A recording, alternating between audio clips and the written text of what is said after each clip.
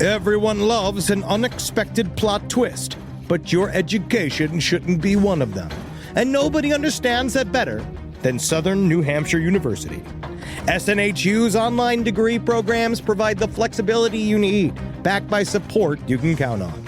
With over 200 affordable options in psychology, criminal justice, business, and more, SNHU is built to fit your life and your budget.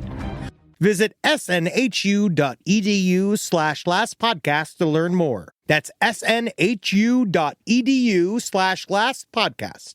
Why have I asked my electrician I found on Angie.com to bury my pet hamster? I was so moved by how carefully he buried my electrical wires, I knew I could trust him to bury my sweet nibbles after his untimely end. This is very strange. Angie, the one you trust to find the ones you trust. Find pros for all your home projects at Angie.com. There's no place to escape to. This is the last podcast. On the left. That's when the cannibalism started. What was that?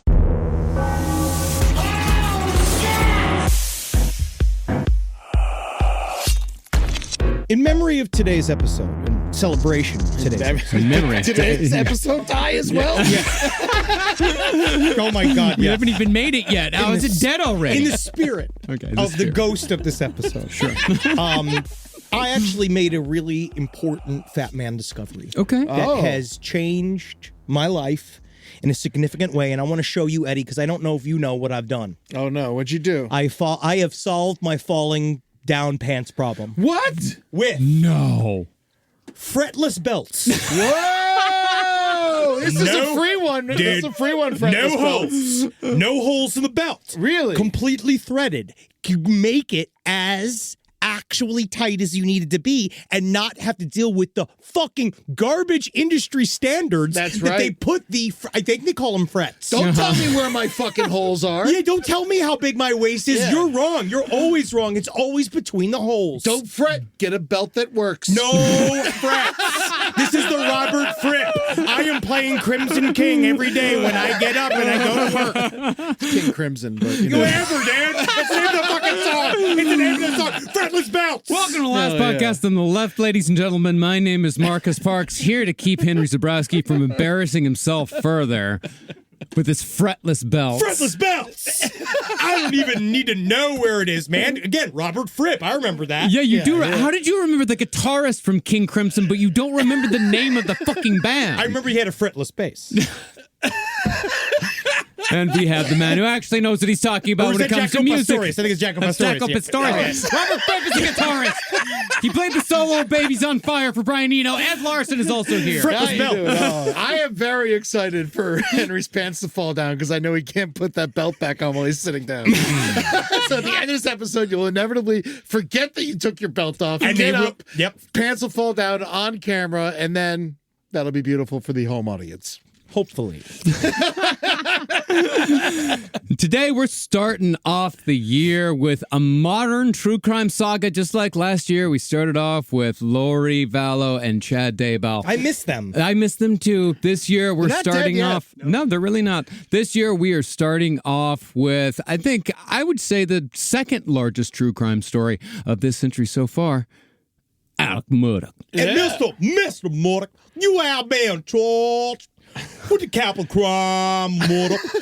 Murder in the fourth degree. How do you plead? I plead not guilty. I've been so excited for this. I would put this in the top. This is the 2020's first, like, big one. Yeah, 2021, right? Yes. Yeah.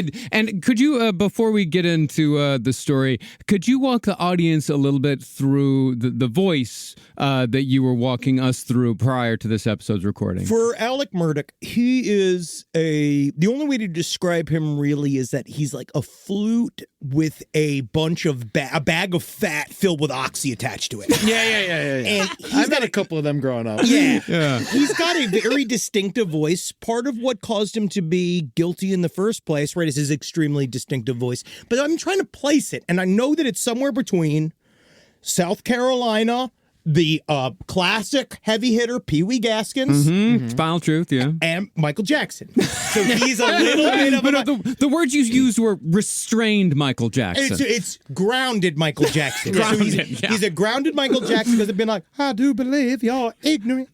You're being ignorant about the facts of the case, mister. You're being ignorant about what I've done. And it's like, the idea is that if Michael Jackson was in a stage play, playing himself, and he was a lawyer, and he'd go being like, ladies and gentlemen of the court, I found that you're being ignorant of the charges that are being brought across. There's a capital crime of murder. Right? It's interesting you chose the word grounded because that's what would happen to the kids that wouldn't spend the night at Jackson's house. Hey. And actually, that was the punishment because they couldn't leave. Well, on June 7th, 2021. Oh my God, before you get started, I'm looking at Chad Daybell. He looks so much like Alex Murdaugh. Hey, It's so crazy. They're the same dude. Their kinda. DNA definitely kisses. Yeah, there's definitely it's the tubby white man in America. There's not a whole lot of variety there. Mm-hmm. It's just different colors of hair. Yeah, unfortunately, we're all cut from the same cheesecloth. No, we're not, Eddie. Not Eddie. You and I, Eddie, we are saved by our Europeanness.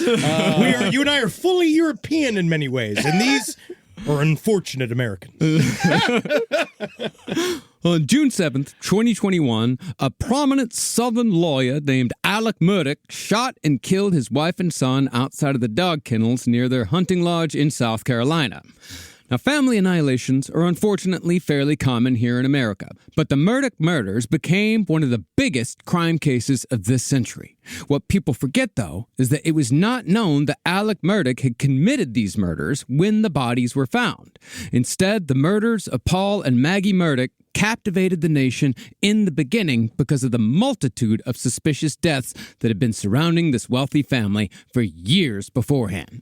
And I'm just going to say, right here at the top, we here at Last Podcast on the Left think Alex Murdaugh is completely, utterly guilty. Yeah. Yes. And we're not going to remotely entertain any sort of argument that he's not. No. I already let Harpoolian speak on the subject, and he did not convince me, you, or anyone else. Nope. No.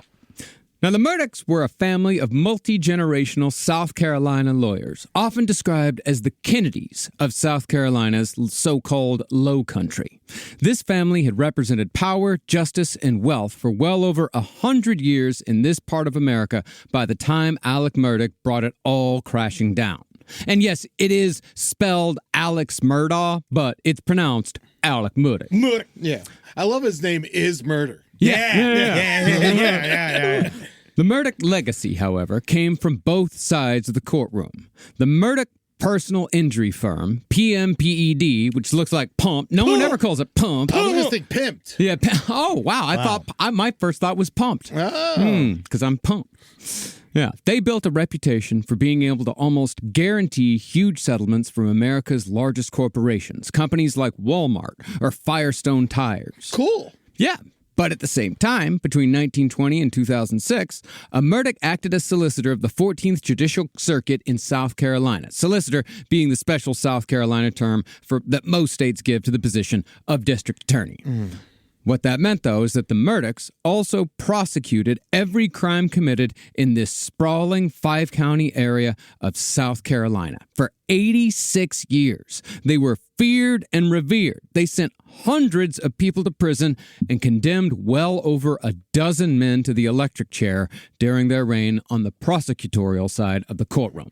And I think it should be understood that Dick Harpoolian, who we'll get to in probably the third episode, yeah, the guy that represented Alex Murdaugh in the murder trial, also was a solicitor with the Murdaughs. Yeah. Yes, and just in a different county. So they've known each other for all of time. It's all so dirty and weird. And they're all on the same team. I also find it very interesting that when we cover what we call a lot of times B-team Illuminatis, we've said these all the times, localized regional Illuminatis. The one thing, those mistakes that those groups always make is when they want to go national. That's when they fall apart. That's always kind of when they can't do it. The reason why the Murdaughs managed to concentrate power so well is because it's a small area and they kept it small. Well, the Murdaughs lived by the principle that if you wanted to live above the law, you had to become the law. And while their family did not start out as a bunch of crooks, they are a case study in absolute power corrupting absolutely. Now, it really can't be overstated that for all intents and purposes, the Murdaughs, acting as solicitors, were the law in South Carolina's Low Country for over a century. But as civil litigators as well, they also amassed power and wealth that was passed down to each successive generation of Murdaugh.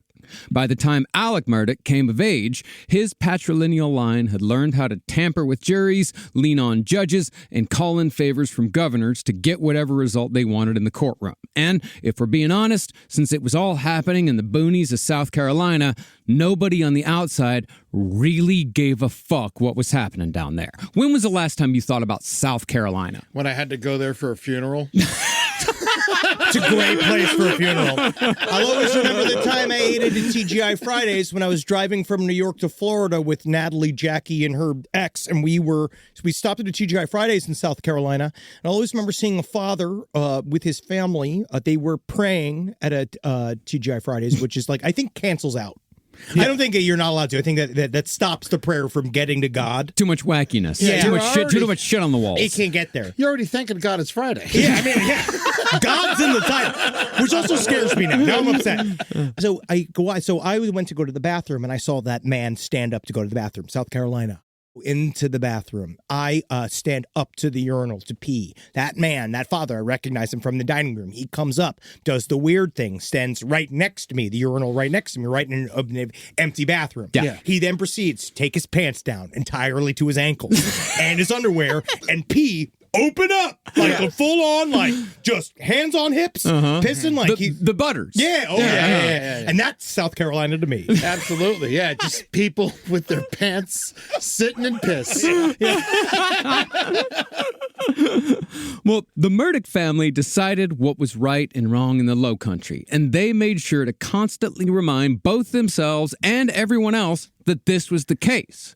As a result, each generation of Murdaugh was more reckless, entitled, and violent than the one that came before. And as it often goes with these sorts of people in the South, people began dying as a result.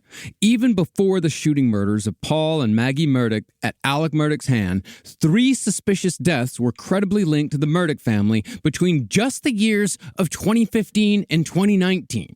Specifically, those deaths were linked to murder victim Paul Murdaugh, because when it comes to Paul, this is one of those rare true crime stories where the victim did not, quote, light up a room wherever they went. Yeah, you never see a 48 Hours about the henchman from Nightmare Before Christmas. And he's one of those. He's really the most disgusting type of fucking Southerner, dude. Well, he's every type of if you grew up in the South or knew people from the South, he's the exact type of puffer vest wearing, do you know who my father is, bitch, that you could possibly imagine, that was also extremely violent, misogynist, and a murderer. Yeah, it's so weird that they're all so violent while wearing pastels. It's just the whole vibe, dude. It's the whole fucking thing. All they do is murder. Baby wall colors. That's all they're dressed in. These weird soft yellows and salmons. I know it's nice and shit, but like, he had bought hunting grounds. That's a vacation spot that you go to relax by killing things in. Sure, like, I don't understand. I'll just never fully understand it. And then he killed his family by the dogs, who probably enjoyed the show. I will say it must have been fun to finally really let that fucking automatic rifle go like full bore for the first time. Well, Paul Murdaugh, the person that Alex Murdaugh killed, his son, Paul was definitely responsible for the death of a close friend in a drunken boating accident. He was probably responsible for the death of his family's housekeeper, and he was likely at least involved in the murder of a local gay teenager named Stephen Smith. All of this occurred before Paul was even 23 years old, and that's in addition to the drunken physical beatings Paul doled out to his girlfriends, who all suffered the wrath of this eternally chaotic train wreck of alcohol and entitlement. All 3 investigations into these deaths, however, either went nowhere due to the concerted efforts of Paul's family and their connections, or they ended when Paul Murdaugh was himself murdered by his own father. Almost like that was the point.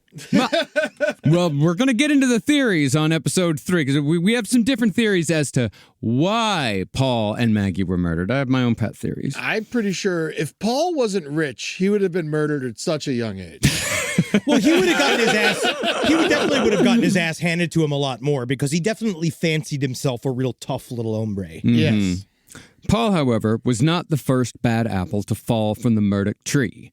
Each generation of Murdaugh men had been worse than the one before, and Alex Murdaugh was himself a crook of the highest order, besides also being a murderer. Before the murders, Alex had been skimming millions off settlements and insurance payouts from his client pool, which was made up mostly of poor locals.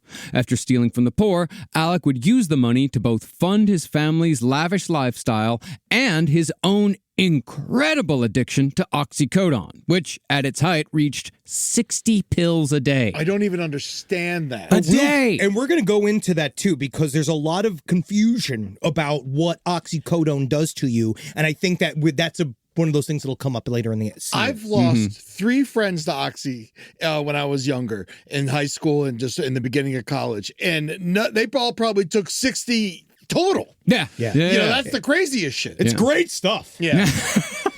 See, the thing is, my boys were classless and smoking it. No, he's probably popping them 5 at a time. And, because the tolerance just keeps going up and up and up and up. And he's a big fat man. Yes, he is. It. Big fat man. Yeah. Well, even after Alex murdered his wife and one of his 2 sons, he continued to try to live a life above the law by attempting to pin the double homicide on a local teenager using a convoluted plan involving his cousin, a guy named Fast Eddie. Fast Eddie was also giving him all the oxycodone, because where else are you going to get the oxy from? I don't know. I mean, if he was the one selling the oxycodone, you'd think you'd call him Slow Eddie. I was going to say that. I was waiting for you to shut up so I could say that joke. Congratulations. Great job. I won. But after the murders, when the rest of the country finally got a peek at how South Carolina's low country had been run by this bizarre collection of tubby, beady-eyed redheads for decades on end, the world that the Murdaughs built for themselves over a century came crashing down within just a few short months. On the 15 years that we've been doing the show, and in my life before this, I've seen a lot of horrible, horrible things. I've poured over crime scenes over the years, pictures of the Holocaust, things going on, Auschwitz, the Unit 731. Jonestown. I've seen Jonestown. I've seen all of the footage. And one of the Auschwitz. Yes. Crazy. But truly, one of the worst single things I've ever seen is a picture of the Murdaugh family on vacation. Them in bathing suits, just happy, are one of the worst single sights I've ever seen. Their bodies legally should have been covered. Like, there should have been a Sharia law for Hampton County for their family. Disgusting. A ginger's nipples need to be cut off. Yeah. They look like albino manatees. He looks like it's just a white belly with 2 piercing red eyes, like a skull with flaming coals in it. And then they had faces. Yes. You got the faces. We'll get to those later. Yeah. Forefather face. Now, for our sources on this modern true crime saga, we used 2 books, The Devil at His Elbow by Valeria Bauerlein and Tangled Vines by John Glatt, both of which are quite solid and provide a lot of historical context.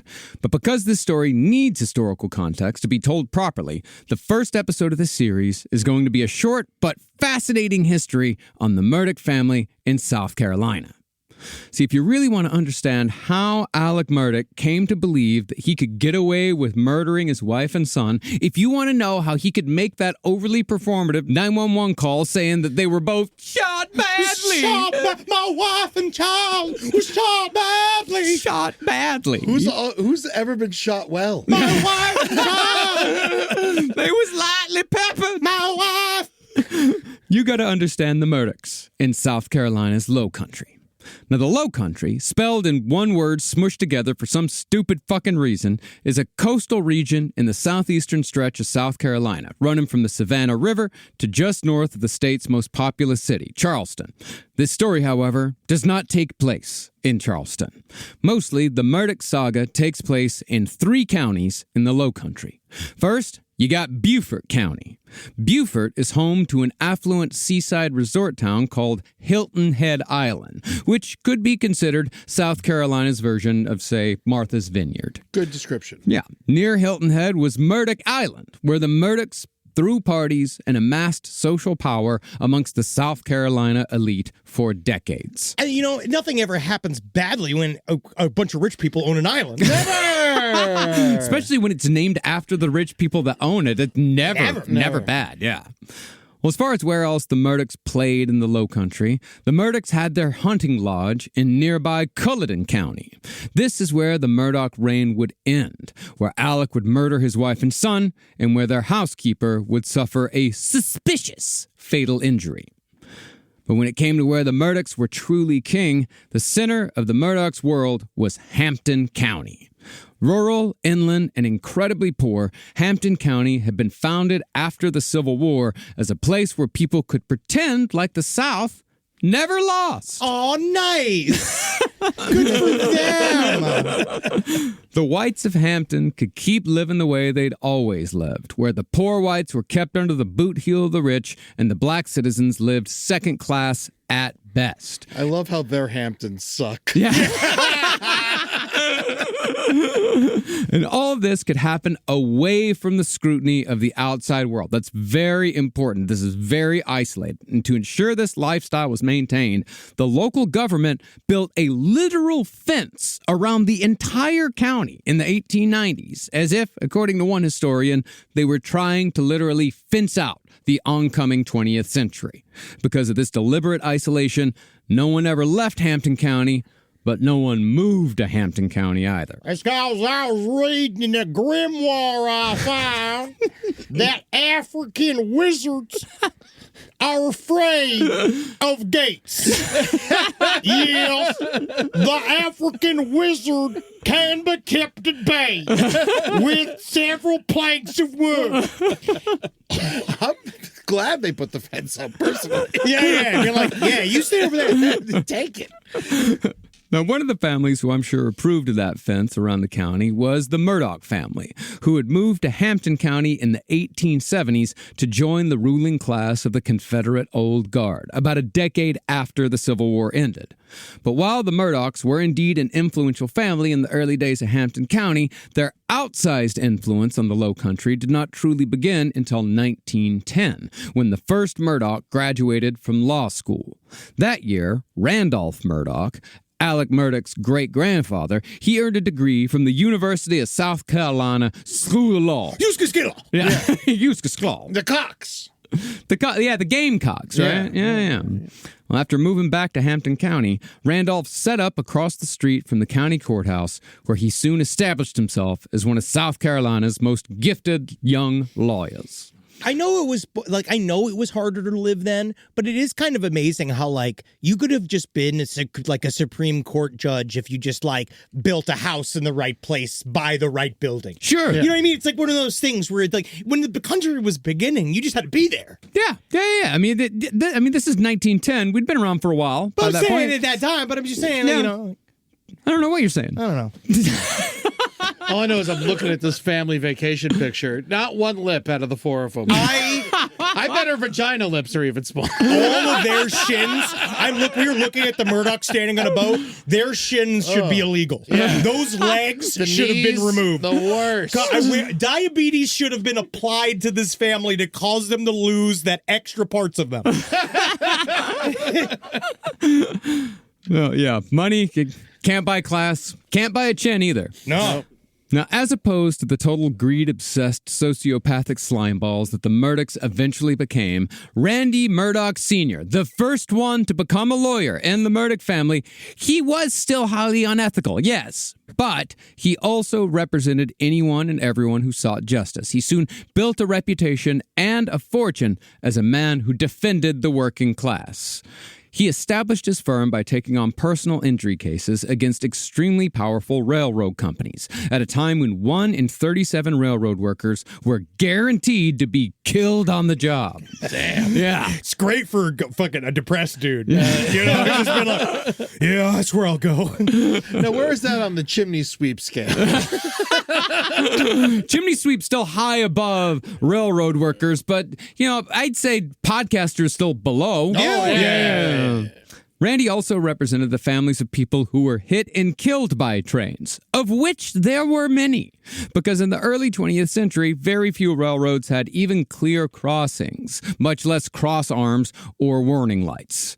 But that's all to say that suing railroads on behalf of the working man, that made the Murdaughs, and they were able to ride that reputation for defending those less fortunate than themselves for decades after. Now, it was still legal for lawyers to both practice civil cases and act as government prosecutors in South Carolina until the 1980s. Goddamn. So Randy Murdaugh Sr. was able to run for 14th Judicial Circuit Solicitor, a.k.a. District Attorney, without giving up his lucrative personal injury firm. Once elected in 1920, Randy Sr. became the chief lawman for 100 miles, standing in rank above sheriffs, deputies, jailers, and constables across 5 counties. He was also chief detective across the Low Country, personally charged with investigating murders, an elected official investigating murders. I mean, it was just one guy. It's America. Yeah.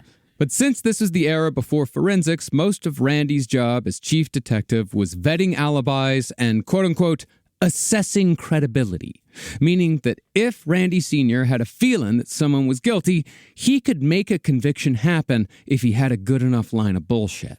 It also helped if he got the right jury, which he usually did. In Hampton County, jurors were chosen by a child who pulled names from a box filled with paper slips. But Randy Sr. made sure that the box was filled only with the names of men who could be relied upon to give him the verdict he wanted. It's like more that you kind of unpack it. It's more like, it's like all he did was corruption in a way. but because it was so localized and he knew everybody, it seemed to be like fine at the time. Well, I think what's important with the Murdaughs to remember is that over time, like, they were always unethical. Yeah, there was, but that's the thing. It also doesn't make them that much different than prosecutors across America. It's being a lawyer. And being a lawyer means this is what you do. You work. He's being a lawyer, but there's always this like veneer of ethics that Randy Sr. kind of puts. Like he tries to at least pretend. There's a pretense of ethics. But with each generation, that pretense just falls a little bit more and a little bit more. No, we keep talking about how much we miss Dick Cheney and somebody who actually cared about this goddamn country. You look like him now. You're slowly turning into him. Why did they use a child to pick the names out of the box? It's because their hands were smaller They're and the innocent. Slit? Yeah, they're innocent. They just liked it. They can't be corrupted. Yeah. But while all of this is certainly a recipe for rampant corruption, Wait a second. Randy Sr. had a reputation for being a man who gave everyone a clean deal, a man who stood above influence or intimidation. Randy Sr. indicted police officers, bankers, preachers, politicians, back when such things were seen by the public as noble pursuits. Randy Sr. even once prosecuted the governor of South Carolina himself and made the man who was technically his boss stand in the prisoner's block while Randy read out the indictments. This, of course, while, it was good press, it was really in service to the Murdaughs establishing that they were the law in the Low Country. Not the cops, not the preachers, and definitely not the governor. Man, there's so many names I don't trust out of this family. Randy, Buster. It's like every name that's just like a fucking red flag. Yeah. Speaking of which, so is their face. Live from your grave.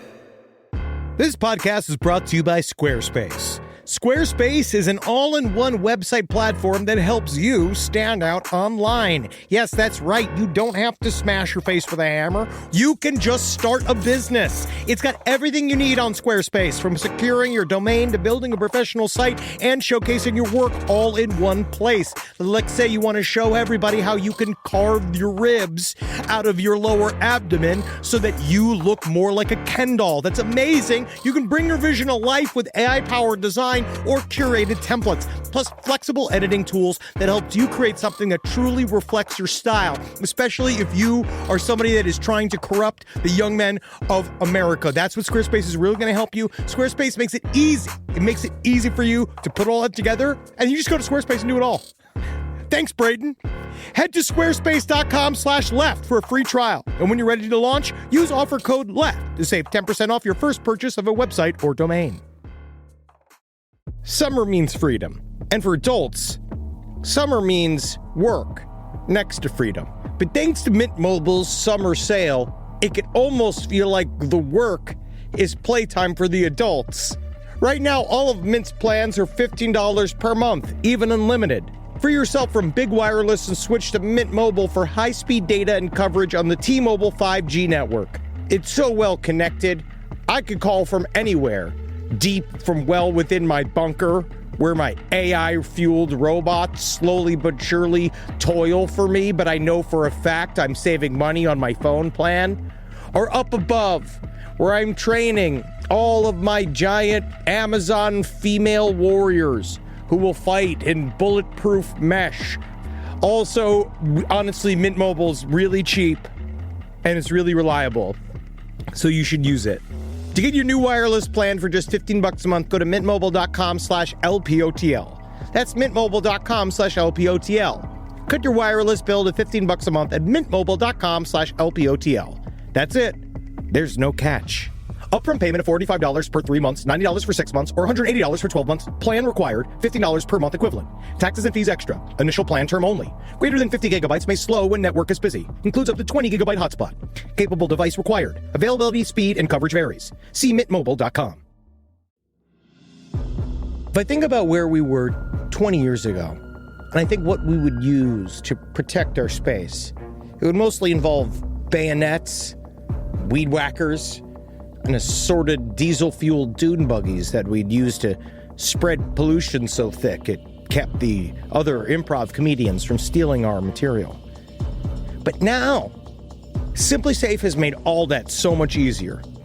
Using SimpliSafe here at the office has revolutionized our ability to use diesel-powered dune buggies for good, and not for chaos. Think about what your home security system does as an intruder approaches your house. Sits, waits. Not much. Just waits until the window breaks and then it goes, oh no. But then you get some kind of alarm and a notification. What if the whole point was to stop the chain events before it even happened? Unlike traditional security systems that'll only alert you after a break-in is already underway, SimpliSafe is designed to help stop intruders before they get inside.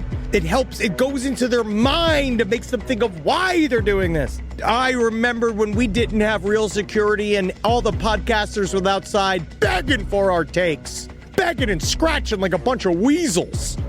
Now I can see them 25 feet away, and I can spray them with fire extinguisher liquid and stink gas. Not that it would make them smell any worse than they already did. SimpliSafe helps me lord over them all. SimpliSafe has been protecting your world for 20 years. Celebrate their anniversary with us and save 60% on your new SimpliSafe system at simplisafe.com/LPOTL. That's 60% off at simplisafe.com/LPOTL. Plus, when you order, write in our show name in the How'd You Hear About Us survey in order to let them know we sent you. Don't forget, there's no safe like SimpliSafe. Now, like all the Murdaughs who came after, Randy Sr. was a showman in the courtroom. The janitors at the courthouse, who regularly watched his performances, called him Fire and Brimstone because Randy projected like a preacher. But once the Great Depression came around, Randy Sr. started cutting corners, and he did so in a classically Southern racist way. There were rumors, for example, that Randy Sr. had collaborated with a local sheriff to extrajudiciously kill a black man accused of murder instead of arresting said man and taking him to trial. Randy Sr.'s reason was that he wanted to spare Hampton County the cost of jailing and trying the accused, because we got this depression on. Yeah, it's a saving money thing. Yeah. It's a saving money thing. Yeah, what else am I supposed to do with this cross? Not burn it? I don't know. It's made out of wood. So it said that Randy and this sheriff took the accused on a fishing trip on the Savannah River themselves and shoved the man into alligator-infested waters. Now, there's no proof that this happened, but the people of Hampton County believe that it was true. And trust me, I know from growing up in rural Texas that damn near every southern county has some version of this story. It's often told by the black population with a great amount of understandable fear, but it's simultaneously told by the whites, the ones that are rich and the ones who are poor, with no small amount of pride and even a little bit of awe. Yeah, don't give gators a bad name like that. Just admit to killing the man yourself. No, but they're like, the gators did it. No, you shot him in the back of the head. They smelled blood and ate a corpse. My favorite gator, Willie, looked skinny. And I wanted him to have some genuine low country buffet. Well, in the South, whites often look up to law enforcement officials who take the law into their own hands, men like Randy Murdaugh Sr. And so, the Murdaughs learned early on that murdering someone, if it was for the so-called greater good, this could not only be forgiven, but respected. But it's supposed to be outside the family, Marcus. Ah, yes, of course. Now, along with making sure that the poor of the Low Country knew that they could be killed without trial if he deemed it necessary, Randy Sr. also made sure to let the other high-ranking members of Low Country society know that they could do whatever they wanted without consequence. For example, when the richest man in Hampton County shot and killed a construction foreman after the foreman told this unnamed rich man that he couldn't drive down a road that was being paved, the murderer donated a large sum of money to Randy Sr.'s re-election campaign for solicitor. Now, the rich man did stand trial for the murder, but he was acquitted after just 5 hours of deliberation. After he walked free, 9 out of the 12 jurors just happened to all build new houses. And this sort of corruption, established by the Murdaugh family, this became the norm in South Carolina's Low Country. Why is he unnamed? You know, we just didn't get his name. Oh, okay. I wish we got his name, but we didn't get it. It's a court case. I know, we could dig and look for it. You know, there's a weekly grind on this show, and there's only so much time that we have to look into things. I want to take all these motherfuckers down. He's been dead. God, he's probably been dead for so long. Like 100 years. A grandson that we can kick. Can I actually ask a question about, like, this mentality? Like, the idea of going into this scenario, like, in some way, they have to validate it to themselves, right? Like, yes, we talk about you're doing it for the quote-unquote greater good, and that's one side of it, but they really did feel, in many ways, at this time period, that they were helping everyone, right? This idea that if you let one guy off, we'll give you guys, it evens out. It's just like this weird idea of like a fake version of like, we're going to create our own morality. Sure. Well, I think part of what it comes from is that they almost think of themselves as kings, you know, like the divine right of kings, you know, where, you know, whatever the king does must be good because because the king is a part of God's will. You know, the king is an extension of God's will. I think these people think much the same way. Like, I got to be right. Yeah. Not me. Yeah. Because all these people are descended from Brits and Scots and, you know, so on and so forth. Yeah, the dregs. Yeah. The fucking runoff. As far as his personal life went, Randy Sr. was married 3 times, but not because he was a philanderer. Instead, Randy was one of those early 20th century men whose wives just kept dying for one reason or another. Murder. Mort. Little bit of mort. Now, his first wife died of sepsis. Oh, she was full of shit. After a bout with the flu. His second wife died during pregnancy from preeclampsia. But Randy had already met his third wife on a cruise to Cuba by the time wife number 2 died. Oh, that's nice. Yeah, number 3 was the daughter of a state senator, and she married Randy just 4 days after number 2's death. A couple of dulce de leches, they really get the ball rolling. Yeah. You know what I also think, too, is that back in the day, marriage is different. It's very practical. No one kissed. Yeah, well, he probably just wanted someone to take care of his kids. Yeah. Yeah. Well, the death of wife number 2, however, was apparently a distressing event for Randy Sr., and it only exacerbated what was quickly becoming the Murdaugh family curse. Murdaughs, you see, were extreme alcoholics. And after Randy's second wife died, his drinking only got worse. By the age of 53, Randy had poisoned his kidneys completely and was diagnosed with late-stage renal failure. Since this was prior to dialysis or organ transplants, the only thing Randy Sr. could do was wait for the slow buildup of waste in his blood to deliver an agonizing death. Now, come here, son. I want to show you something, son. Now, as you can see, waste is building up inside of me, right? Large amounts of waste? Yeah. Now, I think it's important to address the cord of my veins and say I accuse my veins of the capital crime of giving up on me. And I will put together a drum my pills in order to bring my veins into the proper... Daddy? But Quick, get his wallet. as many stubborn and powerful men often do, Randy Sr. decided on June 19th, 1940, to leave this world on his own terms, choosing appropriately and deliberately to die by train. At 1 a.m. that night, Randy left a friend's poker party heavily intoxicated and parked his car on the railroad tracks. And you know he did the thing. See, fellas, I gotta catch a train. You know he kissed one on the mouth and he never talks about it. According to the engineer driving the westbound to Charleston, Randolph Murdaugh Sr. waved to the train as if saying hello to an old friend. And the ensuing crash sent Randy Sr.'s body flying from the car. Yay! Where it landed broken and mangled 50 yards away. That's a hell of a punt. That's a huge punt. Honestly, it's just also what a stupid, insane way to kill yourself. Death by train. Many people die by train suicide. I know, but I just feel bad because you made the dude kill you. I know. It's an awful way to do it. Fuck. Of course not. Yeah. He made so much money off of trains, it was only right to give it back. Eddie, wait. Wait. Yes. Now, even though this crash saw the end of the first Murdaugh to establish himself as a lawyer in the Low Country, Randy Sr. had already set his legacy in motion years before. See, by the time Randy's drinking had gotten out of control, Randy's son was already taking over his father's duties in court when Randy Sr. was too drunk or too sick to practice. And so, just a month after Randy died by train, his son, Buster Murdaugh, the first Buster, was officially elected as the 14th Judicial Circuit Solicitor, making him the second Murdaugh to take that spot after his father had held it for 20 years. Is this what's going to happen after Jesus Pratt is born? And when Jesus Pratt is then like the new Han Solo and he's president? Yeah, that will happen. Yeah. We're just going to have to deal with that forever. When he's the Lord of us all, when Chris Pratt's son runs our world in theocracy, right? Yeah, because we thought that maybe it was going to be the Hanks line that was going to take it, but no. Colin's weak.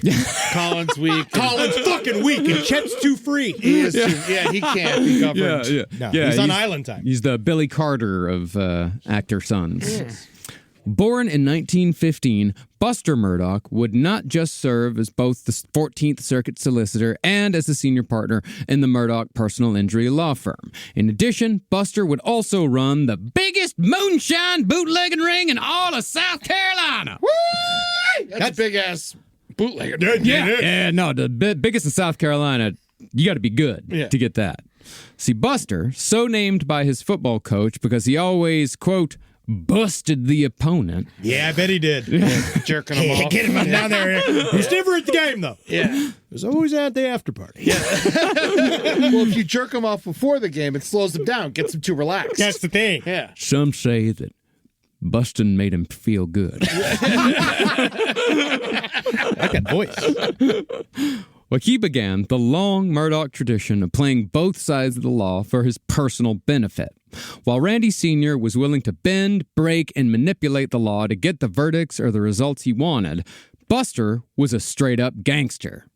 Like his grandson Alex Murdaugh would later do, Buster was more than willing to break the law to get the life he wanted, and his personality loomed over the county so largely that he had a second nickname, fit for a criminal.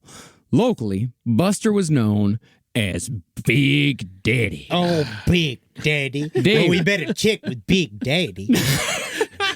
Big Daddy is always something you name someone who you know can kill anyone. It's never a...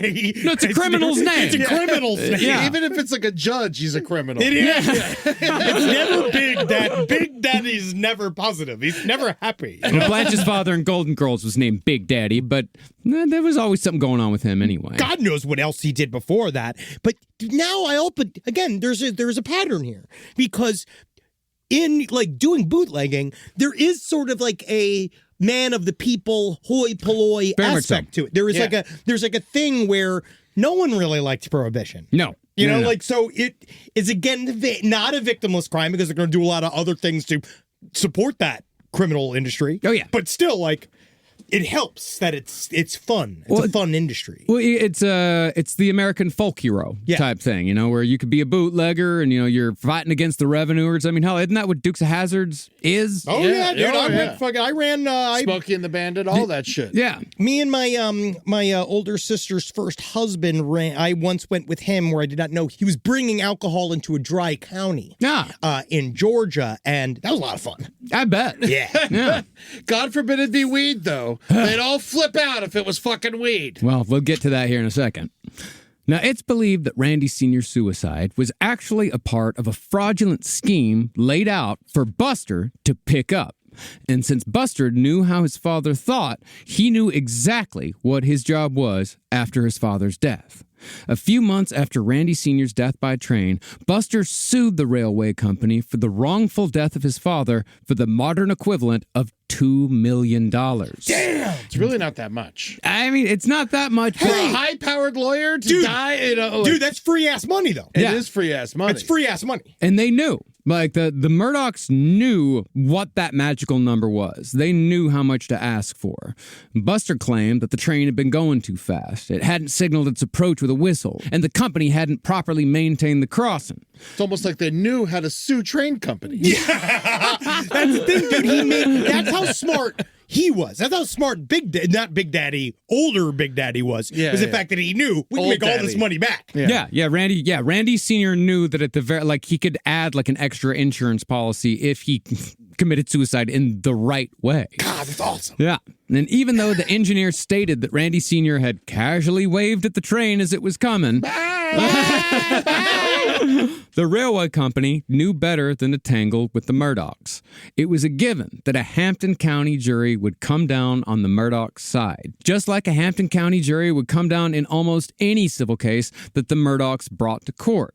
The railway company therefore settled for an unknown sum, and the Murdaughs once again learned that they could simply force the system to give them whatever they wanted, even in death. Marcus said something really interesting here that I think is important for our audience to, like, kind of key on. Like, they knew the right things to say. Yeah. Right? They knew the right things to ask for. These are the things that nepotism and these types of industries teach, the secret languages of how these things actually work. And once you get into that back room, right, like, honestly, lots of stuff opens up for you because you figure out how the world really works. Yeah, and it's like, what's the number that this railroad would give us, you know, in order to not go to college? Yes, and not go all the way. Like, what's too much? And that's a secret knowledge, which is why, honestly, we talk about, like, nepotism and all these things because that's the true secret things that are handed down. Mm-hmm. Now, on the solicitor side of things, Buster was just as, if not more than willing to cut legal corners to win cases as a prosecutor. By the mid-1940s, Buster had a suspiciously high conviction rate of 95%. It shouldn't be that high. It's not something you should be proud of either. No, it's not. No. It's this whole thing. Yeah. So you're telling me only 5% of the people who got caught were guilty? Yes. Yeah. No, 5% or were innocent. Innocent, yeah. That's 95%. Yeah. That's an insane conviction rate. I mean, if that is true, you live amongst a horrible community. Yeah.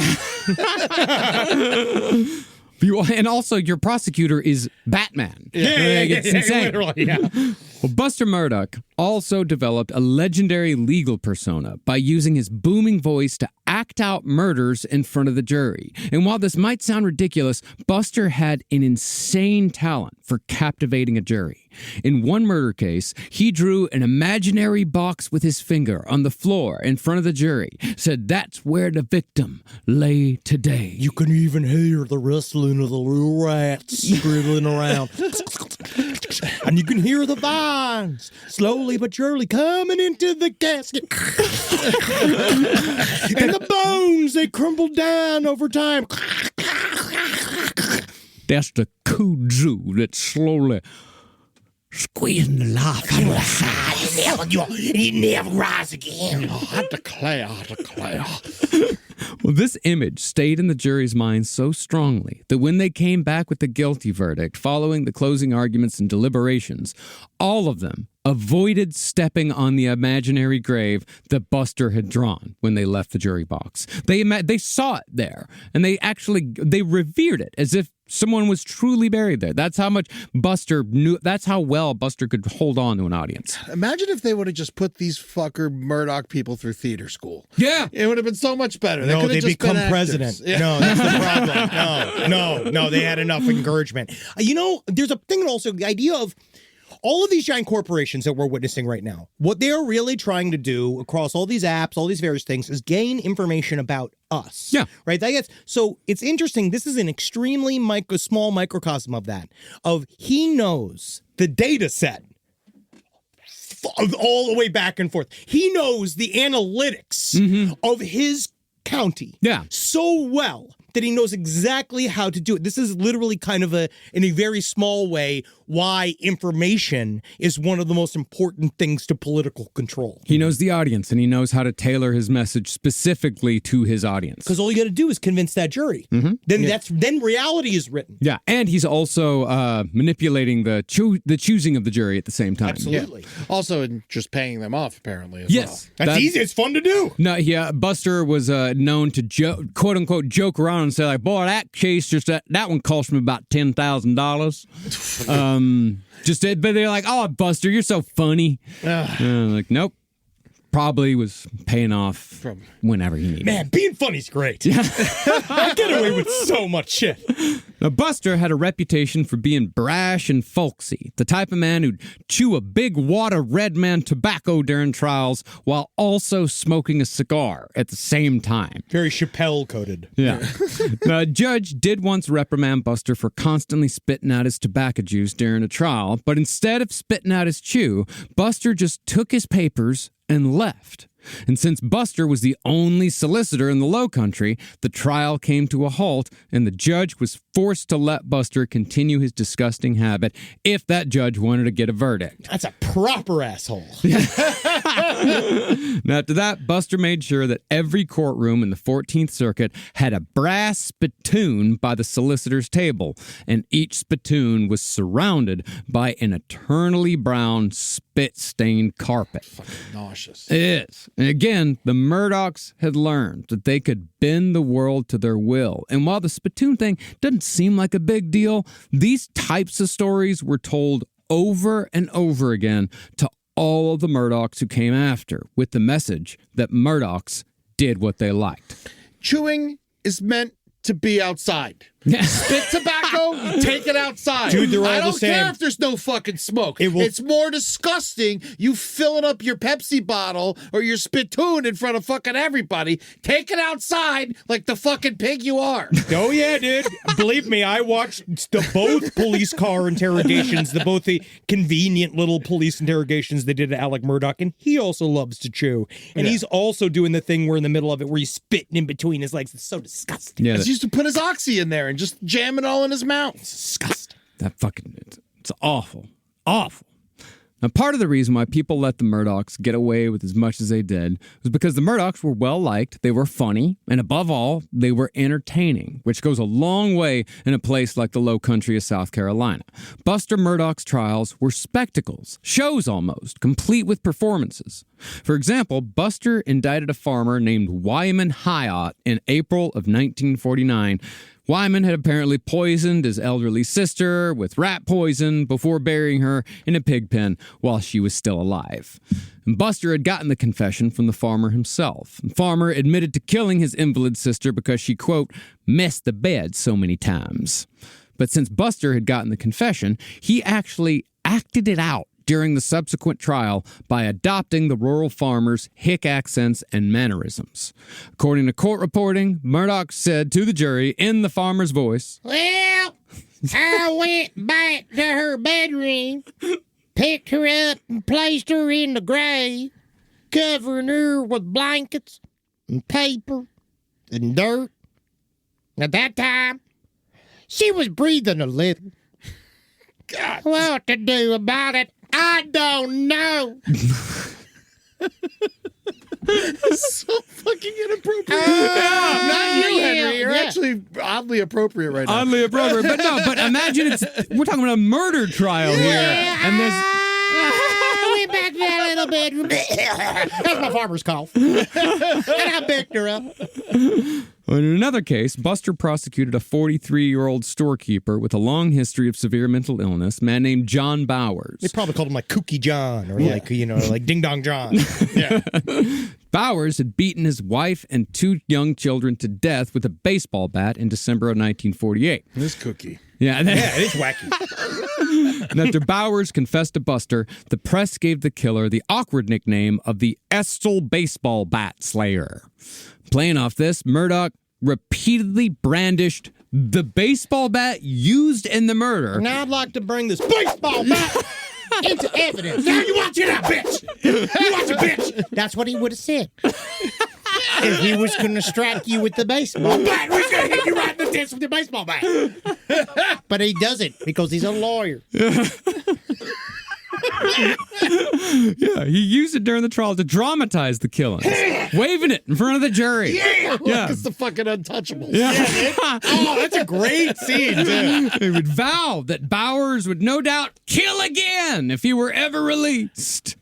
Of course, he got the death penalty for Bowers. He got the death penalty again and again and again. Like Wow. There was another case where he took a rubber hose that had been used to strangle a woman to death before she had been stabbed, and he had one of the people who was present at the murder wrap the hose around his neck, and then he left the hose on his neck during his argument, be like, "We're gonna come back to this hose a time or two, so I'm just gonna leave it I'm on going to now." leave it on because, honestly, also looks kind of cool. I actually think I'm looking kind of funky.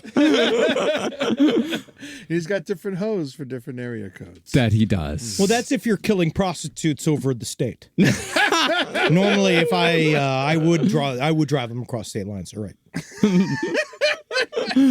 But while Buster's theatrics did wonders for his popularity locally, the state Supreme Court frowned upon his shenanigans and eventually reversed several of his convictions on the grounds that his theatricality had swayed the jury. Oh, good. So he actually ended up letting murderers free. Yeah, eventually, yeah. Now, Buster had come under fire with the state Supreme Court for his egregious jury arguments, which had raised eyebrows after he'd sent no less than 14 men to death row with his theatrics. He killed 14 men. 14 men to the electric chair. By 1956, Buster had gained the attention of the new governor, who had been elected on a vow to root out corruption across the state. Now, Buster was indeed corrupt. As far back as 1949, clients were accusing him of defrauding them out of large sums of money, and even the IRS couldn't get a handle on Buster's finances. But out of all of Buster's dodges, no victory was greater than when he beat the federal government on dozens of criminal charges related to bootlegging. And again, I'm not a fan of anybody in this family, but nothing's like beating the government on charges of bootlegging. That's truly one of the most wonderful things. Of course, it's going to give him a reputation that everybody's going to love him. Yeah. It's his most likable aspect. Yeah. Well, after the new governor took power in 1956, he passed a set of laws saying that any government officials under criminal investigation had to resign. And with the laws passed, the governor set his sights on Buster Murdaugh. It was alleged that Buster had masterminded the so-called Culloden Whiskey Conspiracy, which involved 32 moonshine stills pumping out 45,000 gallons of illegal liquor per year. And so, when Buster was charged with bootlegging in federal court, where the Murdaugh name held no sway, he was forced to resign as solicitor. But while Buster said in his resignation letter that he was the victim of a conspiracy... Mine! Yeah, the only conspiracy was the one that he was running. Yeah, but that's not fair, because it was mine. It was mine to me. He'd operated several moonshine operations going back to Prohibition. He'd been doing it for 3 decades. By the time he was busted in the 50s, he'd built what amounted to a gang comprised mostly of local cops. You know what makes you look like a guilty bootlegger? Always having a spittoon at your feet. Mandating that every room you go in has to have a spittoon. That makes you look like a bootlegger. You're an asshole. Yeah. Now, Buster may have escaped even prosecution if it hadn't been for the bravery, the vengeance, and the stubbornness of a woman named Edith Thigpen Freeman. In an out-of-the-way location called Jackass Pond. Why isn't that in town? Yeah. Edith and her husband, Doc Freeman, ran an illegal moonshine still that paid protection money to Buster's operation. Edith, however, discovered that Buster's men were charging her husband, Doc, double the protection money by taking advantage of Doc's illiteracy. To add insult to injury, the feds raided Jackass Pond looking for Buster's men, but instead shot Doc in the stomach. The final indignity came when one of Buster's men snuck into Doc's hospital room after he'd been shot in the stomach and stole his life savings that had been sewn into the pocket of his coat. Edith, Never do that, you know? No. Spread it out, 2 coats. Yeah. Maybe some shorts. Yeah, a shoe, put some in a hat. No one's looking in shorts for money. No, never. No. Yeah. It's actually a really good tip. Hide it in gym shorts. Edith, however, had documented every deal she'd made with Buster Murdaugh, and she'd written down the names of every one of his goons and everything that they'd done, just in case. So, using Edith's notes on the criminal conspiracy, federal prosecutors charged 30 individuals, including Buster Murdaugh, on 80 criminal counts, and it seemed like a Murdaugh was finally going to face a consequence. One of the local deputy sheriffs even testified in Murdaugh's trial, saying that he had personally witnessed Buster split a payoff with the sheriff that arranged for a lighter sentence for a bootlegger. The deputy also testified that Murdaugh himself staged fake raids, where Murdaugh would pay the fines of the busted bootleggers. That's so smart. Yeah, he said, I don't care what you got to do. Just tell them I'm coming. I'll pay. I'll pay for it. I don't give a shit. Just make it happen. That's a great businessman. Yeah, it really is. But even though it was a federal case, Buster Murdaugh found a way to bulldoze justice like every Murdaugh before and after. He intimidated and threatened witnesses, and ironically, he beat the bribery charges by making more bribes. As a result, the former solicitor was acquitted on all charges, making him the only one of the 30 defendants to go free without consequence. After just a 6-month hiatus, Buster Murdaugh was former solicitor no more, and he was re-elected to the 14th Judicial Circuit, where he continued abusing his power in any way he saw fit. So it was known that if Buster liked you or if you did something for him, he'd help in any way he could in the most intense way possible. For example, he once told a fellow lawyer who'd helped Buster's son beat drunk driving charges that, quote, "If you ever need anybody killed, you send them on down to Hampton County." Yeah, you funny. That's a joke. Now you remember that's a joke, except for a fact. I meant it, all right? I won't do it. Wink, wink, wink, wink, saying it out loud for the radio. Yeah, wink. Yeah, wink, wink. As author Valerie Bauerlein put it, Buster proved that if your name was Murdaugh, you could fix juries, corrupt sheriffs and judges, steal from clients, play both sides of the law, and define justice however you chose. And you especially proved it to everyone else whose last name was Murdaugh. But you could never make a woman orgasm. That's the only thing they couldn't figure out. Well, he kept using his wife as a spittoon. Open up. Now open up. Let me get it. That's Ba-ding. Ba-ding. Can you imagine hearing that hitting the cervix? Ba-ding. Now, Buster, you really making my pussy brown. Yeah, you're welcome. Now that's genuine Carolina tobacco. You see, the thing is, while he's paying off all these people, I think it's important to remember how big and scary he is. Yeah. So it's like, if you don't take the bribe, you're also just scared of the man. He's a scary guy, Yeah. and he's got all these goons that are police officers. Yeah, the Murdaughs are all fucking huge. Yeah, so I think it's important to remember that everyone who took a bribe wasn't necessarily a bad person. They could have just been very terrified. Yeah. Rise from your grave. Last Podcast on the Left is excited to collaborate with Audible. Audible has a massive range of ad-free crime fiction, nonfiction, and true crime podcasts. You know, there's so many things you could do while you're listening to an audiobook. You can clean up your own personal crime scene. And that's easy to do, and you can learn it all from books. Some people also listen to audiobooks to go to sleep. But you could check out podcasts like This American Life, titles from true crime greats like Michael Connelly and Agatha Christie, and Audible originals like Dr. Death, The Cowboy. You can find whatever you're looking for on Audible. Plus, you can multitask while you do it. Find your next mystery on Audible. Audible. Stories that speak to you. New members can start listening with a 30-day free trial at audible.com/left. Is there anything better than a summer evening outdoors? Enjoy your space to the fullest with new greenery from Fast Growing Trees. I love a big, thick bush. Fast Growing Trees is America's largest, most trusted online nursery, and they can send me a big, thick bush any time of the day. It arrives at work. It arrives at my car. I can pinpoint on a Google map where it is. Send me a big, thick, brown bush. And they send it immediately when they have it, because sometimes the shaver comes to town. I remember one time I ordered a cherrywood tree from Fast Growing Trees, and my God, I couldn't cut it down, no matter what my father told me to do. I had to lie to him about it, and next thing you know, I became the first president of the United States of America. And even you can become the first president of the United States of America with Fast Growing Trees. Right now, get up to half off select summer planning essentials, plus get an additional 20% off your first purchase with code LEFT at checkout. That's an additional 20% off at fastgrowingtrees.com with code LEFT at checkout. Offer is valid for a limited time only. Terms and conditions apply.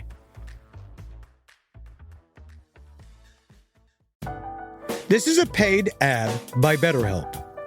It's so important to remember with the busyness of the holidays, every holiday, Arbor Day, that day about the planet, President's Day. There's so many things to adapt to in this life, you know, and it doesn't follow a perfect plan. God, ruins the whole weekend. But therapy with BetterHelp, the world's largest online therapy platform, it can be a space to pause, reevaluate, and adjust to any unexpected changes. With over 30,000 therapists worldwide, BetterHelp is one of the leading online therapy platforms, having served millions of people globally. BetterHelp makes it easier to fit therapy into your routine. You're in good hands, too. BetterHelp therapists have at least 3 years and 1,000 hours of hands-on experience, and hold all required education, training, and certifications. It's easy to do, and the help is better over there. You don't have to navigate life's changes alone. Sign up and get 10% off at betterhelp.com/lastpod. That's betterhelp.com/lastpod.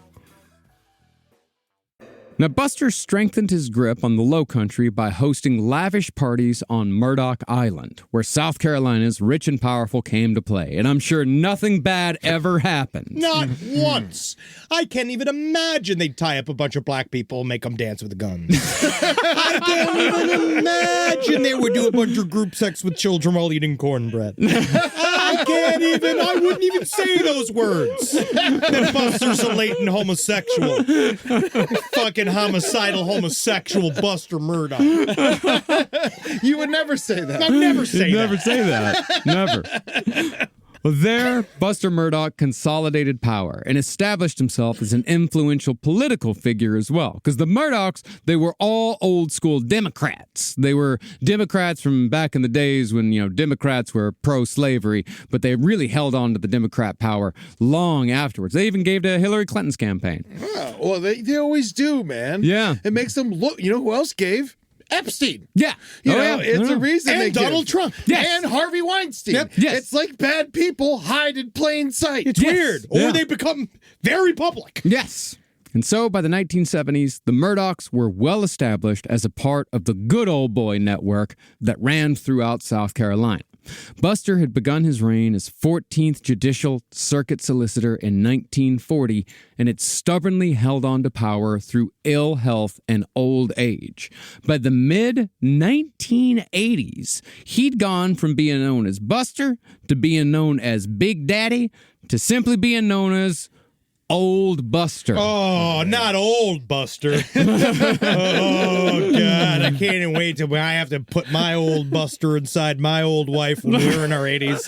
And how that's going to have to be like, here comes old Buster. It's going to be every time I pull my penis out and I have to, get the pump and do all something like, come on, old Buster. Old Buster sounds like a nickname for a guy who does tricks with his penis. Yeah. Yeah, I call it Old Buster because it don't work anymore. But as you can see, Abraham Lincoln. As you can see, here's a couple of sparrows. You ever seen a 90-year-old man come in a spittoon? Well, Buster only left office when state legislators passed a law seemingly pointed directly at Buster Murdaugh, which said that solicitors had to step down by the age of 72 or forfeit their retirement benefits. Buster Murdaugh begrudgingly stepped down, but just like his father before him, he'd already set up his legacy. When old Buster left office, his son, Randolph Murdaugh III, stepped up to complete the term. God, just from Randy to Buster to Randy to Buster. It's Back and disgusting. forth. Yeah. It just sounds like from Randy to Buster, it just sounds like we're at a snowball party and everybody's just mother birding coming to each other's mouths. God, I love South Carolina. From Randy to Buster sounds like a collection of Yola Tango B-sides. Why does it work? I don't know. It just does. Yeah. Now, by the time of Randy III's birth, it had already been established that if your last name was Murdaugh, it was your fate to become a lawyer. As such, Randy III had been exposed to the family business of prosecuting grisly murders at far too young of an age. During the investigation to the aforementioned murder in which the pig farmer poisoned his sister and buried her alive, Randy III had accompanied his father to the farm to look for the body at the age of 9. And Lil Randy had been the one who'd found the obviously disturbed patch of ground where the old woman had been buried alive. Daddy, I think the body's over here. Dad, I would Here's be. your candy. That is just what a lucky kid. That is a lucky kid. That's fun as hell. Yeah. I wasn't finding bodies till I was like 12. Yeah, dude. Well, at his father's insistence, Randy III was even present when the pig farmer confessed to killing his sister with rat poison. He was in the room. And since Randy had discovered the patch where the body was buried, he was forced to take the day off 4th grade to testify. That's awesome. I'll do anything to get out of school. Dude, yeah. Of course. Consequently, Randy III's childhood testimony helped send that farmer to the electric chair. And I hope that man fries in a chair until his eyes pop out. There's been nothing that delights me more than to imagine his bones dancing to the current. I love watching. Oh, I hope his last words are miserable. And I hope families get to watch him do it. I hope he gets to dance with the devil. I'm going to be a lawyer. Now, Randy III had just as much theatrical flair as his father and his grandfather in the courtroom, adopting the same fire and brimstone voice. He would also, however, weep in front of juries on cue. This was a new trick for the Murdaugh family, and this, in my opinion, betrayed a hollowness that was starting to show in the Murdaugh men as the generations passed. So while Randy Sr. had ostensibly started his career as an idealist dedicated to defending the working man, and Buster Murdaugh had spent his career bending the law or breaking the law to fit his own personal will, all Randy III seemed to be concerned with was being a Murdaugh, being powerful, being rich, being able to do whatever the fuck he wanted. Every generation was less concerned with the pretense of ethics than the one before, and more concerned with doing whatever they wanted. They could justify their behavior, however, through the work they did with their personal injury firm, PMPED. Pumped. See, while Randy III and his father Buster had jointly prosecuted dozens of criminal cases going back to the mid-1960s, they had also made millions filing and arguing personal injury suits targeted at large corporations on behalf of poor low-country locals. Yeah, it's another connecting to the people. Mm-hmm. Yeah, well, there's this South Carolina loophole that says that if a business can be sued in any county where it does business, which is why they really jumped on the railroads, because if a railroad goes through Hampton County, that means that anything that happens in South Carolina can be litigated in Hampton County. Fascinating. Yeah. And small corporations. And they were so good at being corrupt. They were incredibly good at being corrupt because it's like they had 100 years practice. Wow. That's amazing. Good work on them. At some level, we have to say congrats, right? Well, I mean, they worked out how to, fuck up America. Man, Alec really fucked it all up. He really did. Wow. It just shows if you pick a really horrible place like Hampton County, no one's really going to care to look. No. Yeah, you just got to reign in hell. Yeah. That's what I learned. Now, small corporations, especially local corporations run by other rich white men, they didn't really come into the Murdaugh's crosshairs. But if you were a national corporation, you were open season for PMPED. The Murdaugh firm had a reputation for getting massively inflated settlements because even corporations knew that they could not beat a Hampton County jury. And because of the South Carolina loophole, anything that happened in South Carolina could be brought back to Hampton County. But because of the Murdaugh's overly litigious nature, large corporations and even smaller businesses learned that it was best to keep every inch of your business far away from Hampton County. The Murdaughs even fought and beat Walmart. You know how hard it is to beat Walmart in the South? They forced Walmart to not only abandon plans to build a store in the Low Country, but Walmart donated the land they purchased back to the town. And you might say this is a good thing. Yeah. You might say Murdaugh's kept corporations from taking over. But really, this was just about the Murdaughs maintaining control, and the people of the Low Country, they did not benefit in any way whatsoever. When Walmart arrives, the rest of the country will start paying attention to Hampton County. When that corporations start coming in, it becomes logged on to the national attention sphere because the corporations are paying attention to Hampton County. And that is the reason why they don't like them in there. No. It's because they don't want anybody looking at any single thing that they are doing in there. Walmart wouldn't have worked there because the entire population is just greeters. Yeah.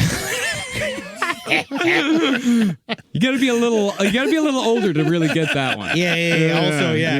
Remember a time. Can you just imagine the rascal parking in that fucking, what that Walmart would be like? The rascal purchase also like, God.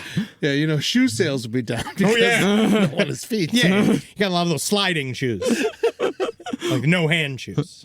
Well, the Murdaughs could force the illusion that they were fighting for those in their neighborhood who had nothing, those in the county who had nothing. But in reality, the legal chokehold deprived people of jobs, it kept doctors from opening practices in the Low Country out of malpractice fears, and it raised property taxes. The Murdaughs thrived while most everyone around them stayed in poverty. I think it was something like 27% of Hampton County was below the poverty line, which is insane. And that's what they like, because those are that's their, what they view as like their like chattel. No, that's their little their fiefdom. That's their little people. Yeah, they're their own little kingdom. And those little people pay enough taxes to help them, right? And then they administer the little people, but they have to stay super little. Yeah, they do.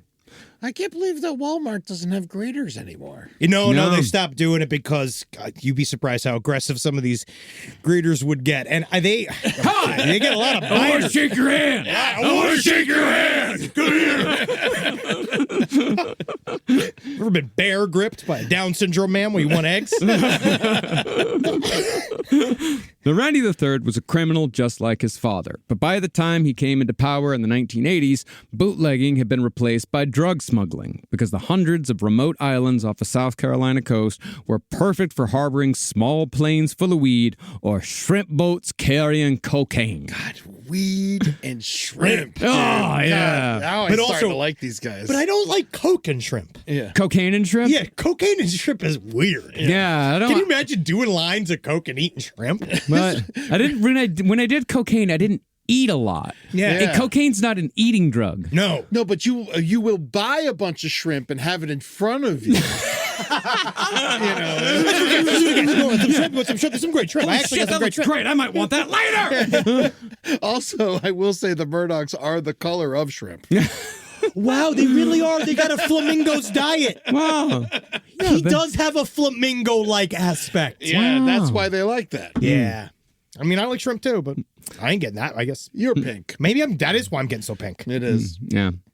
Well, Randy III prosecuted drug smugglers, but his inside track enabled him to also warn drug traffickers when raids were imminent, or to know where to place bribes to prevent the raids from ever happening in the first place. Rob, get the family off the fucking monitor. I can't look at the Murdaughs like this.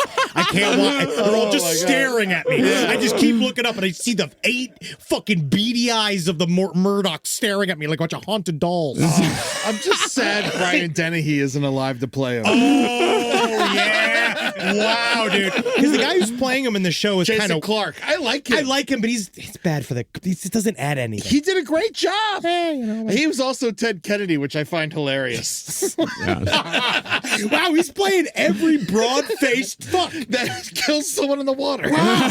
Right next to the water. Well, Randy III, this was Alex's father. He was also fond of sex workers, which was a world he was introduced to when a strip club opened up locally. I gotta check out this new establishment just to make sure that all the legalities are covered. Oh, my great googly moogly. A spittoon inside you.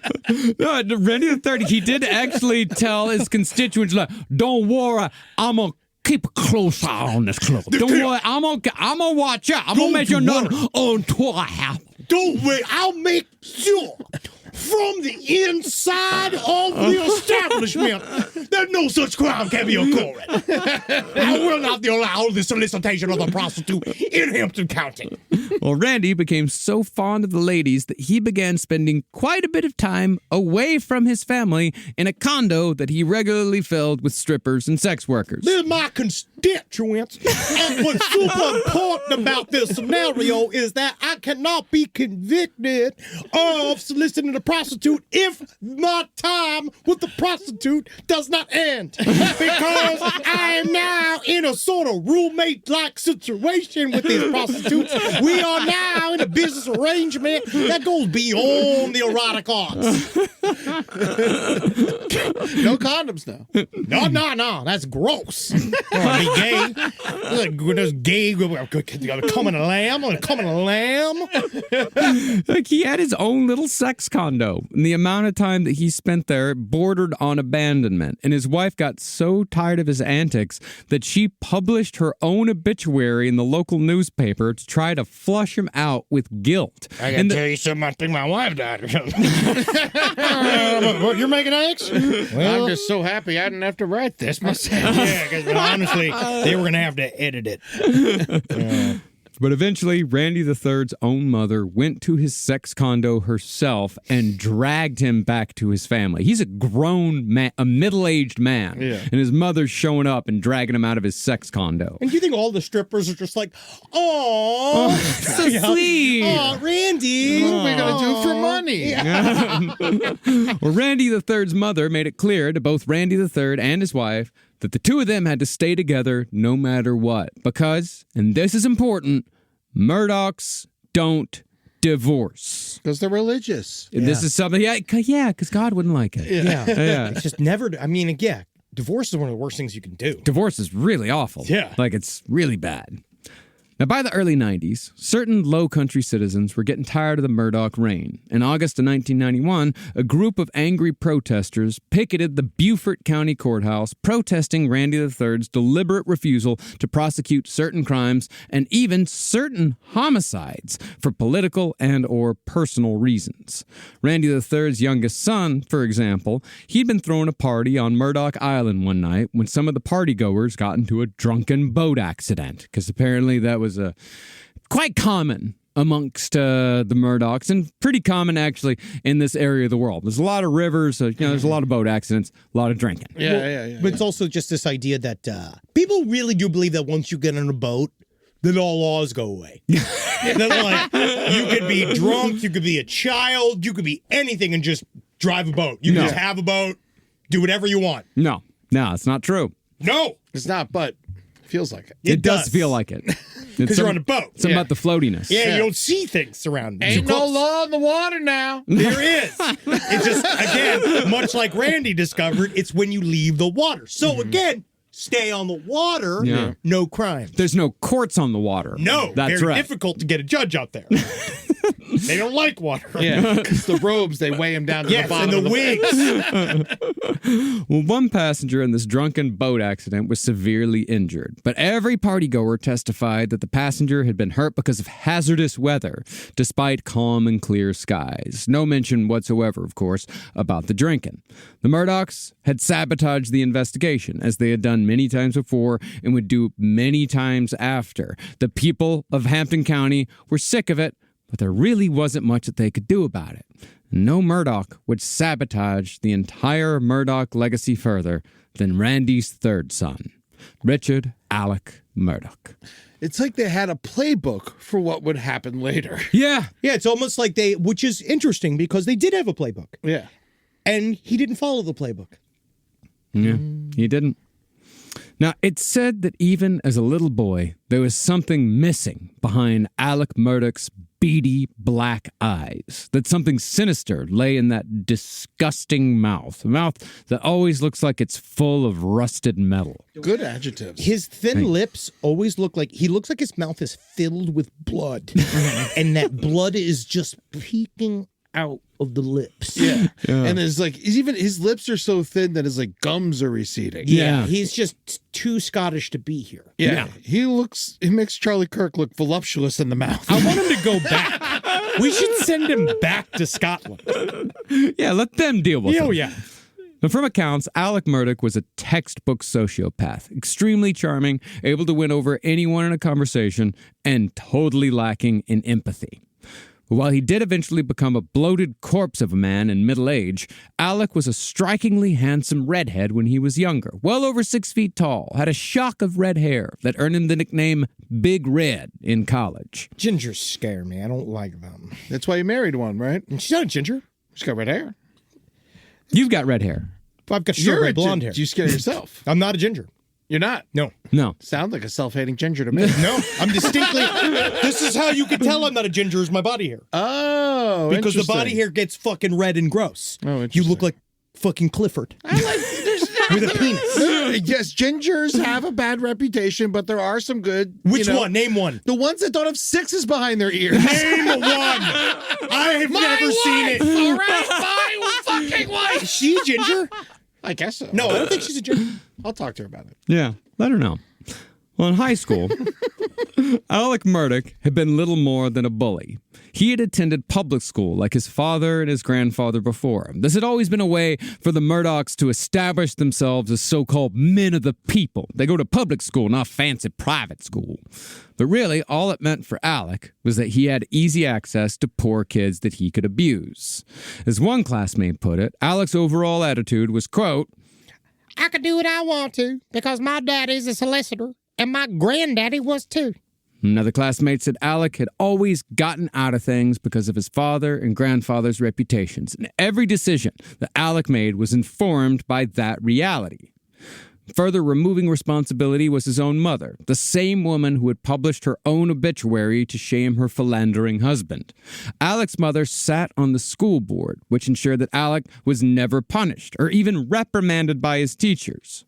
And additionally, Alex Murdaugh was a teenage booze hound who started drinking at parties thrown by his father at an early age. Randy III encouraged Alex drinking because, owing to their past as bootleggers, the Murdaughs wore their alcoholism like a badge of honor. I knew so many dudes like this growing up. Oh, man. yeah. It is so hacky, right? It's such a template for an asshole. Yeah. That is so recurring. Like this thing of yeah, we party. Like Yeah, we that's drink. We're a drinking family. And this idea that you identify as a bunch of drinkers and you identify as this thing, because guess what it does? It creates a really unhealthy environment. Yeah.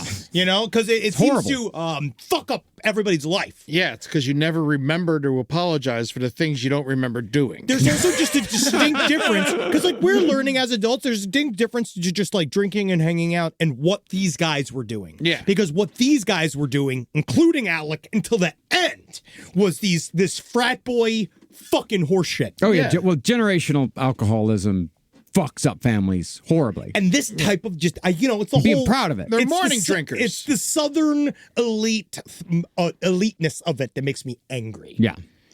And by the time Alec got to college at the University of South Carolina, like his daddy and his daddy before him, he was blatantly telling his fellow frat boys that they could all do whatever they wanted because they would not get into trouble. And in this, he was absolutely correct. Just a few months into his freshman year, Alec led police on a drunken high-speed car chase through campus that only ended when Alec abandoned his Jeep in front of a dormitory and fled into the night. He was called to the police station for questioning the next day, but as soon as police realized that this was Randy Murdaugh's son, they just let him go. And this is at college. Like he's in Columbia, but still, that's how far the Murdaugh name reached. I mean, it's all of South Carolina. It's like a big, small town, that fucking place. Mm-hmm. Now, Alex started at the USC School of Law in 1991 in preparation for joining his family's law firm. And there, he met a sorority girl named Margaret, whose lower middle-class background made Alex Murdaugh's social standing seem far more impressive than it really was. What an amazing love story.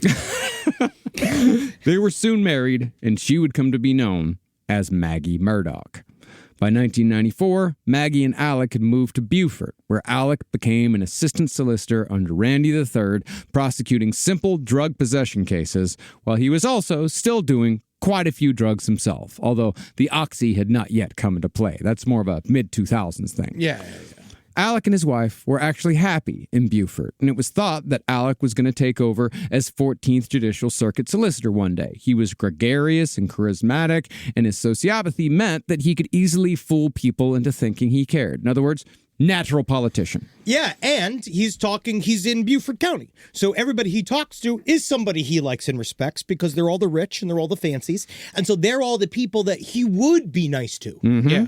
And if he wasn't in prison right now, he'd probably be running as a Democrat for Congress. Yeah, dude. Yeah,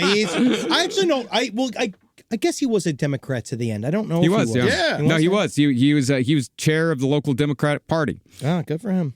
But when Buster Murdaugh finally died at the age of 84, Alec decided to move from the cushy environs of Beaufort to the far poorer county of Hampton, where the Murdaugh name held more power. I think this is around 1996, 97. Part of me also believes that they did this move because he was in his mind doing this back to rural, like, I'm a real countryman. Sure. Yeah. And because Paul fancied himself as a little, like, because Buster was the yuppie. Yeah.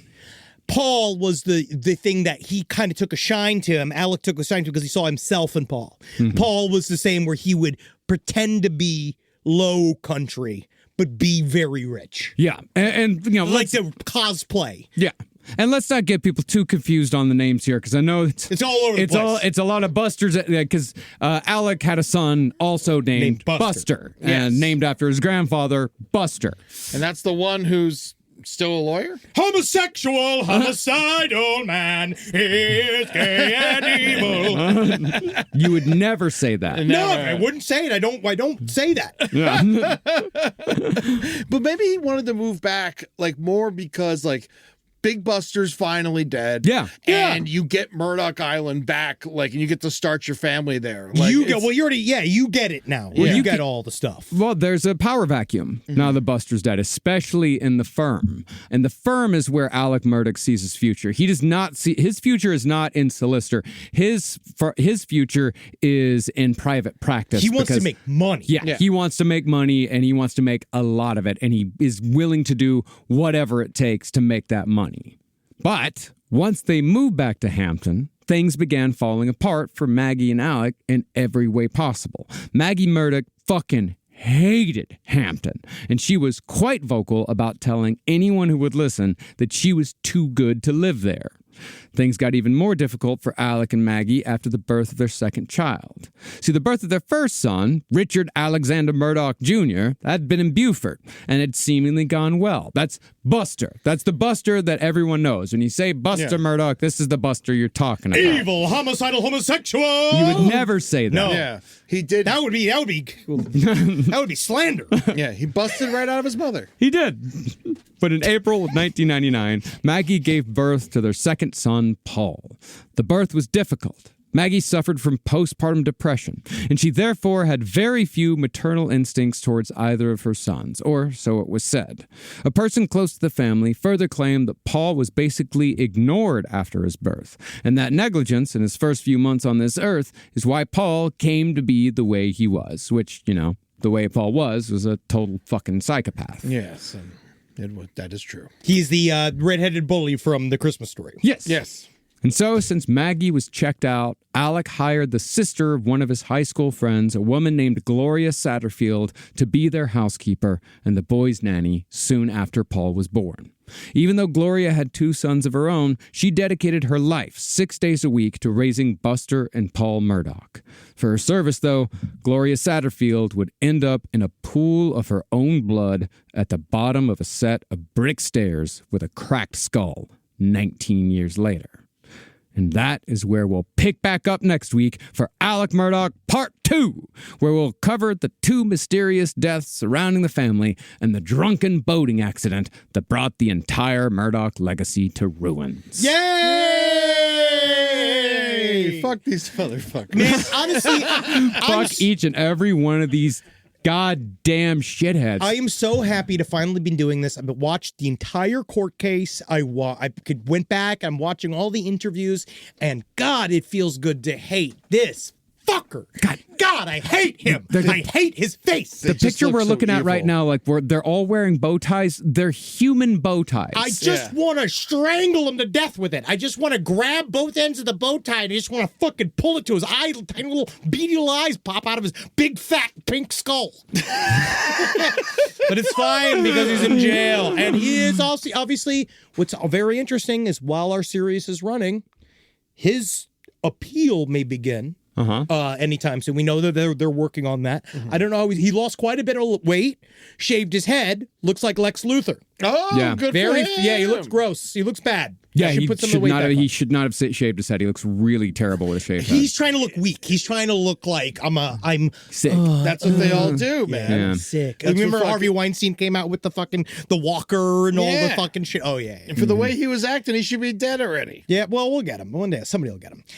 Patreon.com/lastpodcast on the left. Thank you for giving us money when you can. And if you do, you get to see many things. We got ad-free episodes. We also have our exclusive live last stream on the left. You can go and see that every Tuesday at 6 p.m. PST, only on the Patreon. But you can then join and yell at us before we put it on YouTube. Yeah, and don't forget to go check out all of our socials at Last Podcast on the left. At TikTok, LP on the left, LP on the left. LP on the left, LP on the left, TikTok and Instagram. Don't forget to come see us out on tour. We're going to be doing all kinds of dates this next year. That's 2026. right. It is 2026, and we are coming in hard to Philadelphia. Yeah, I am. I'm going to be hard. I hope so. At the Met on January 31st, and then February 28th, we're going to be in Austin, Texas at the Paramount Theater. March 13th, Indianapolis, Indiana at the Egyptian Room at the Old National Center. Saturday, April 25th, Cincinnati, Ohio, Taft Theater. Friday,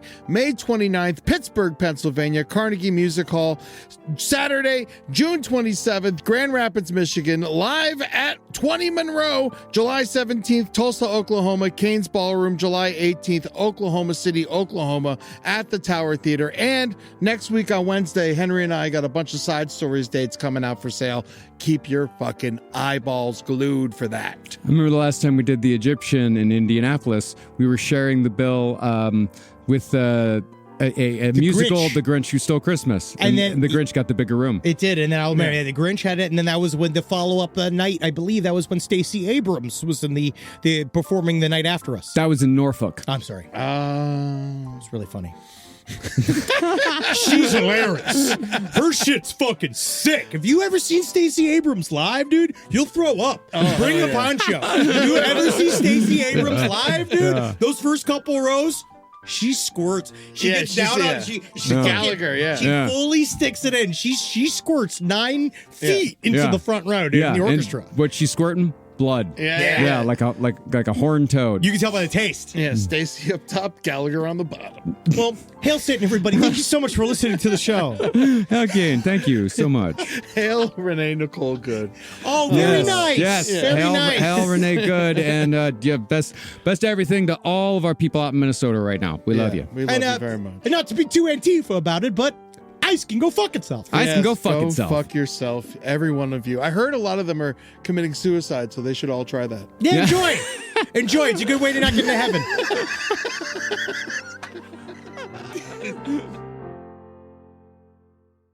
Insurance isn't one size fits all. That's why drivers have trusted Progressive's Name Your Price tool for years. Just tell Progressive what you want to pay, and they'll show you coverage options that fit your budget. Visit Progressive.com to find a car insurance rate that works for you. Progressive Casualty Insurance Company and Affiliates. Price and coverage match limited by state law. This episode is brought to you by Opill, the first over-the-counter daily birth control pill available in the U.S. Opill is FDA approved, full prescription strength, and estrogen-free. Plus, there's no prescription needed. Finally, the days of needing a prescription for birth control are over. Opill is available online and at most major retailers. Take control of your health and reproductive journey with Opill. Birth control in your control. Use code BIRTHCONTROL for 25% off your first month of Opill at Opill.com.